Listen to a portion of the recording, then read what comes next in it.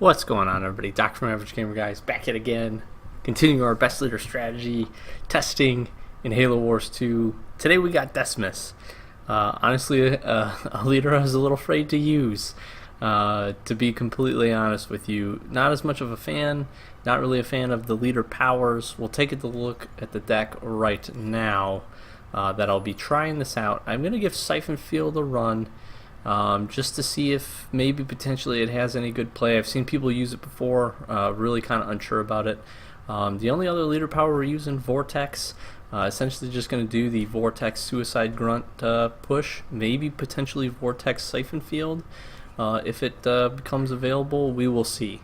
We'll match up those new to the channel, new to the series, essentially going through, taking each of the leaders, using the decks, going back-to-back 1v1 in Blitz, with a slight pause in between the first and second game to take a look at the decks, and really just trying to answer the question of are all the leaders viable, first of all, and then two, kind of rank order them, see which ones are the best, see which ones stand out for me.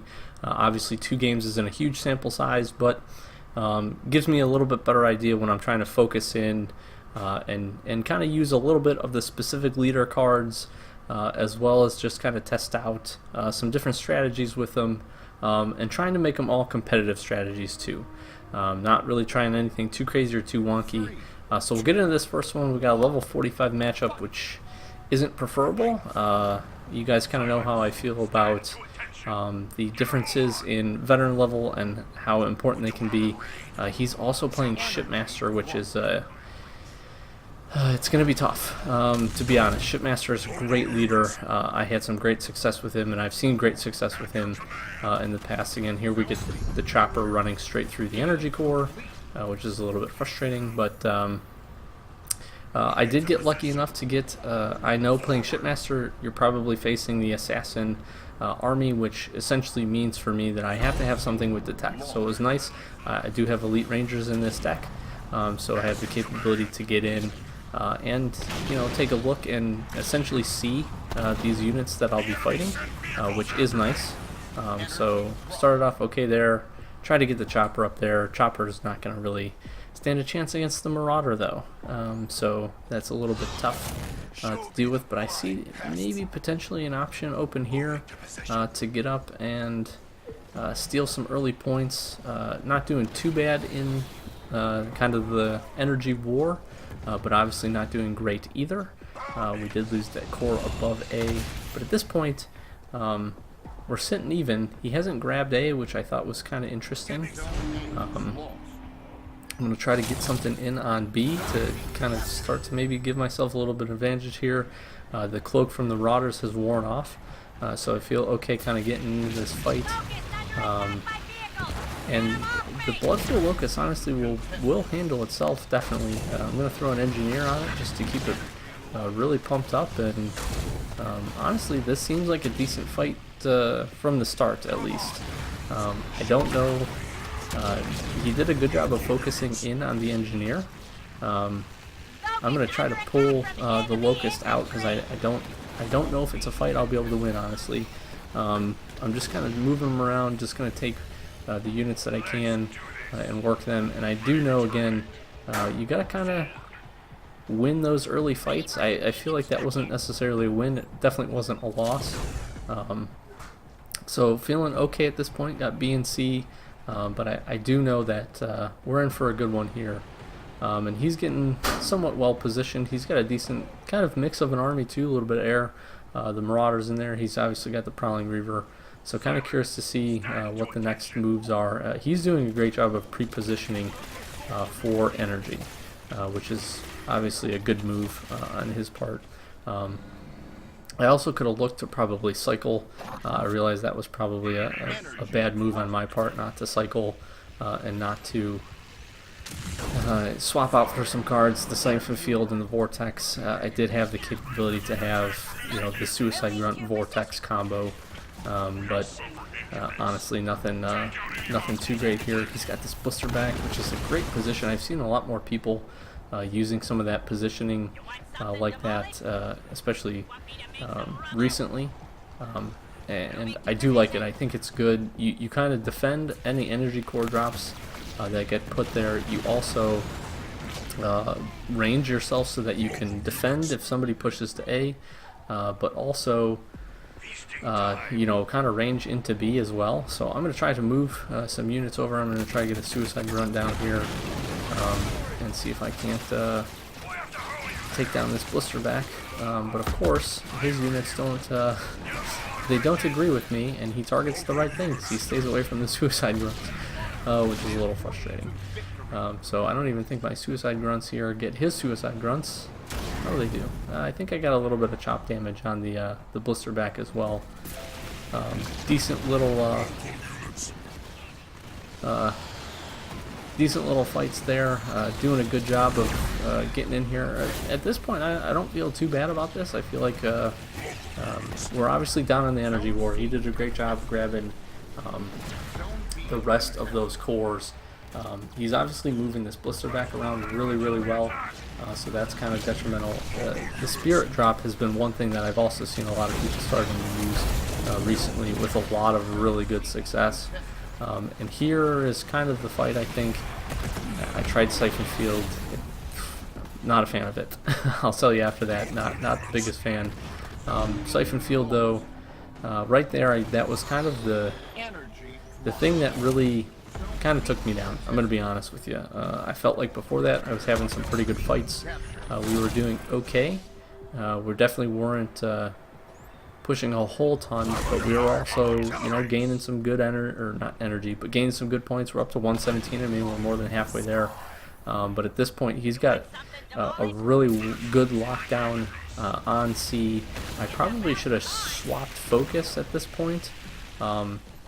And attempted to move over to A. I didn't see a whole lot of units on A. That would have been a good move.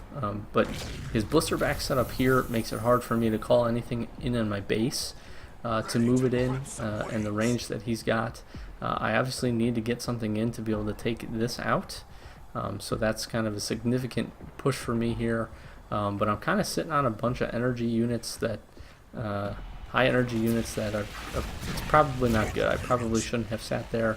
I probably should have made some moves a little bit earlier. I think, honestly, calling in, you know, looking in retrospect, it would have been good to bring the blister back in, actually in over my base, and then just have it go attack the blister back that he has locked in. As you see, I lock it in there, and almost before it even gets locked in, it gets targeted by his blister back, which just has absolutely huge range. And his having an extra veteran level above mine, he brings in another spirit drop, which is just great. Again, it seems like a really good leader power. That kind of really pushes me out of this fight, essentially, I think. I'm going to do my best here to try to get in. This is the thing that absolutely destroys me, and again, like I said, his placement on these has been really well.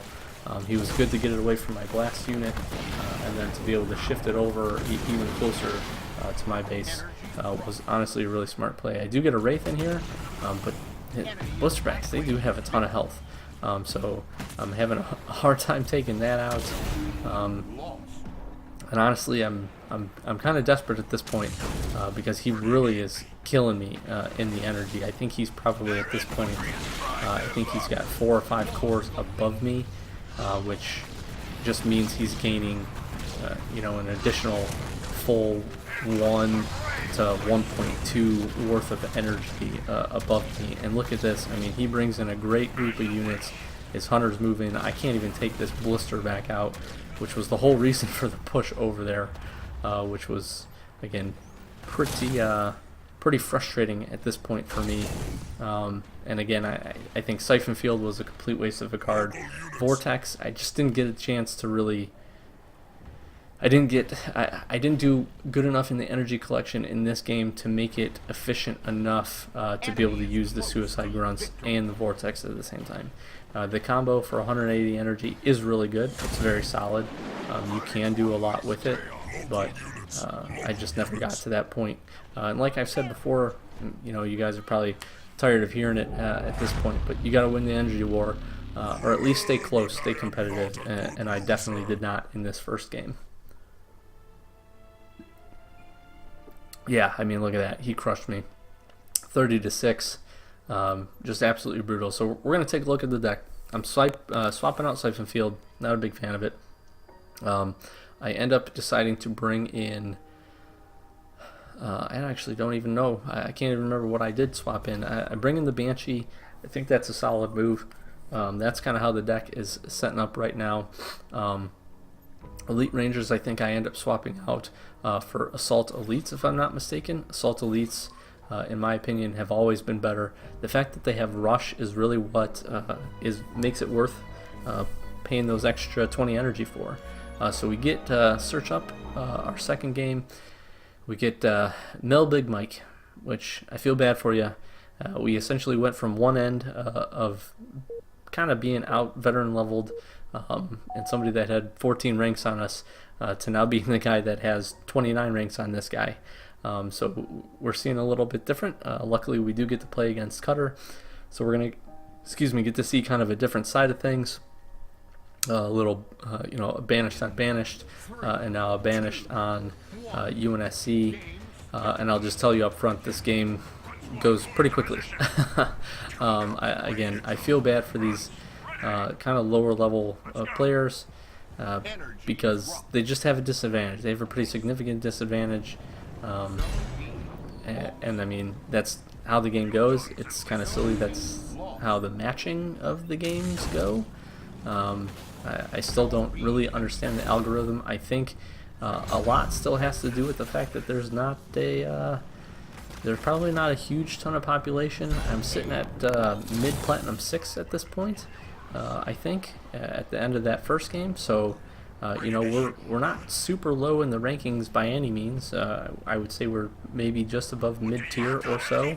But I'm going to be honest, I don't think Mel Big Mike is anywhere close to that.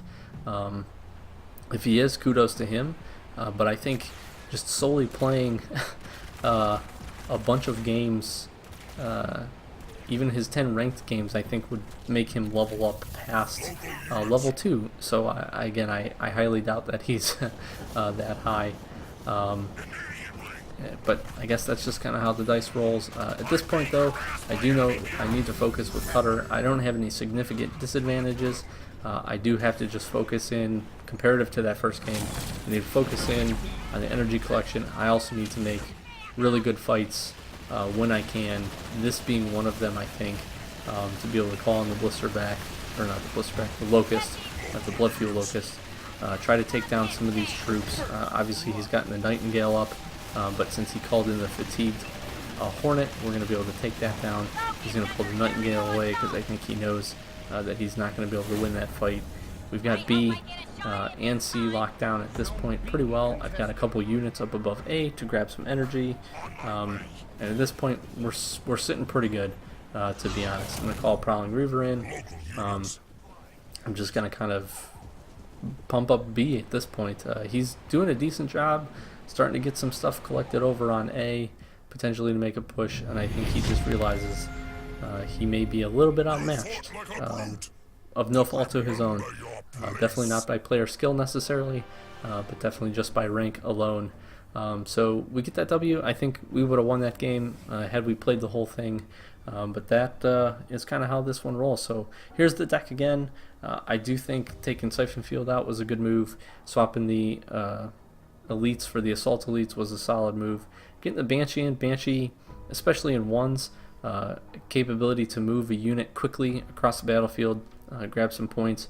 Banshee are generally a pretty good all-around unit as well, so don't mind dropping them in for 60 energy. Decimus, I never had a good feeling about him as a leader.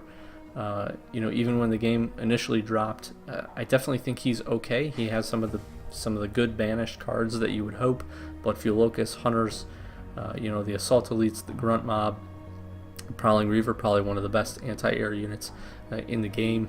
Blisterback, real solid. I just don't think his specific cards bring a whole lot to the fight. Like I said, you only see me using Vortex.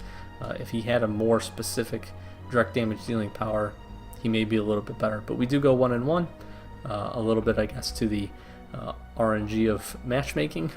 But So far, okay. He's probably at this point, we're in episode 7, probably on the lower end of the tier, and again, just for the reasons I just mentioned. So we'll continue to finish the rest of the series up, so stay tuned for the rest of it. If you're new to the channel or just starting to check the series out, make sure you're subscribed, hit that little bell button to give you notifications. Also, we have automatic Twitter updates as soon as these videos go live, so make sure you follow us there. That link is in the description as well. And then the Xbox Average Gamer Guys Club, just a cool little community we got going on of a bunch of people that enjoy playing Halo Wars and a bunch of other games. So feel free to join that. Everybody's welcome. We accept you right away. So I've been Doc with Average Gamer Guys, continuing our Best Leader series, and hopefully you guys will, thanks for hanging out with me, and hopefully you guys will stick around with me for the rest of the series over the next couple days. Thanks for watching.